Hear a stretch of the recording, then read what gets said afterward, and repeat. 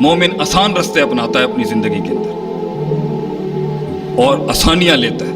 ہمارے اکثر مسائل مومن کی زندگی میں مسلمان کے اس لیے خراب ہو جاتے ہیں کیونکہ اس نے ایک تو شدتیں اپنائی ہوتی ہیں، درجہ بدرجہ نہیں کر رہا ہوتا، جارحانہ پن، جذباتی روش، اور اس کے بعد پھر افراد تفرید، ادھر کے ہوں گے تو اس کے نہیں، اس کے ہوں گے تو اس کے نہیں.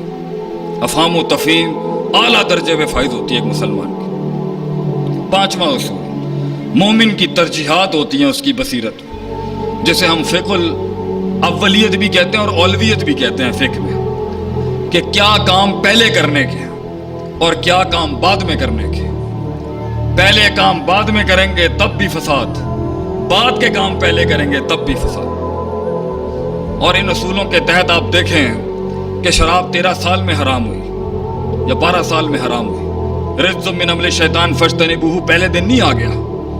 نماز درجہ بدرجہ آئی، آہستہ آہستہ کر کے آئی. لوگوں کے مزاجوں کو، لوگوں کے اندر کے جذبات کو اس اصولوں پہ لایا جا رہا تھا جہاں یہ حق کو قبول کرنے کے لیے تیار ہو. دعوت ہو، تبلیغ ہو، تجارت ہو، کاروبار ہو، معاشرت ہو، تعلقات ہوں، اخلاقیات ہوں، انٹرنیشنل پولیٹکس ہوں، یہ سارے اصولوں کے ساتھ ہی مسلمان چلتا ہے کہ نہ شدت، نہ بیچ کا رستہ، نہ افراد تفرید، آسانی اور ترجیحات. اغتنم خمسا قبل خمس، اللہ نے کتنا بڑا اصول دیا ہے ترجیح کا. 5 چیزوں سے پہلے 5 چیزوں کو غنیمت جان لیں. موت سے پہلے زندگی کو، غربت سے پہلے اللہ کے دیوے اس غنا کو، بڑھاپے سے پہلے اس جوانی کو، اور جو ہے وہ فقیری سے پہلے اس امیری کو. تو یہ ترجیحات ہیں جو اللہ کا دین سکھاتا ہے کہ مومن ترجیح دیتا ہے امپورٹنٹ چیزوں کو، اہم چیزوں کو ترجیح دیتا ہے. اگر ترجیحات کا ہی فن نہیں آتا ہوگا اس کی بصیرت کو تو کس کے ساتھ وقت لگانا ہے، کس کے ساتھ نہیں، کس کے ساتھ وقت نہیں لگانا ہے، کس کے ساتھ لگانا ہے. یہی ترجیحات کی وجہ سے آپ کی روش پانی رستہ بنانے سے رکے گا. چھٹا اصول، مومن تنوع اختیار کرتا ہے اپنی بصیرت میں دور کی چیزوں کے دیکھنے کے لحاظ سے. ایک ہی لکڑی سے سارے ریوڑ کو نہیں چلاتا وہ، کسی کو کچھ، کسی کے ساتھ کچھ، کسی کے ساتھ معاملہ مختلف. وضع قطع کے لحاظ سے مومن کی زندگی ہوتی. ایک ہی مزاج کو سب پر تھوپنا یہ مومن کا طرز زندگی نہیں ہوتا. کہیں تو وَإِذَا خَاطَبَهُمُ الْجَاهِلُونَ قَالُوا سَلَامًا چل جائے گا، کیونکہ اتنا بے ڈھنگا دشمن ہے، اتنا بے ڈھنگی مخالفت ہے، اتنا بے اصول دشمن کھڑا ہے کہ اگر مومن اس کے ساتھ انگیج ہو گیا تو سارے مثبت پہلو تباہ ہو جائیں گے وہاں پر، اور پوری روش اور پورا انقلاب جو ہے وہ وہاں پہ سبوٹاج ہو جائے گا. تو اللہ کہتا ہے ایسوں کے منہ نہیں لگتے.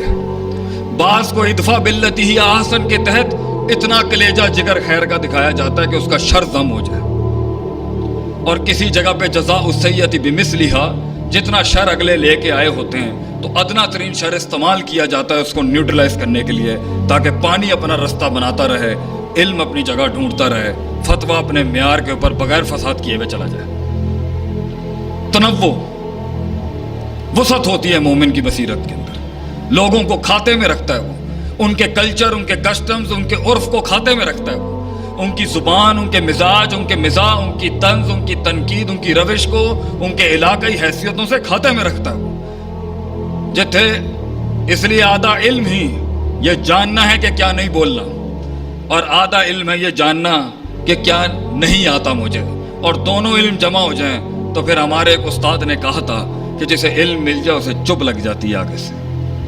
کیونکہ جہالت انسان کو سکھاتی ہے کہ میں نے تو اول ہی نہیں آندا زندگی جیندا، انہیں تو میں جاننا ہی کچھ نہیں. مومن ایک غلطی کے اوپر دوسری غلطی کرنے والا نہیں ہوتا،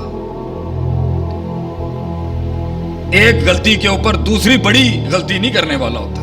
اتبع السیئۃ الحسنہ، ایک برائی کو، ایک گناہ کو نیکی سے دھوتا ہے، پھر ایک غلطی کو ایک بڑے خیر سے دھوتا ہے، پھر ایک بھنڈ کے اوپر دوسرا بڑا بھنڈ نہیں، اصلاح کرتا ہے اس چیز کی.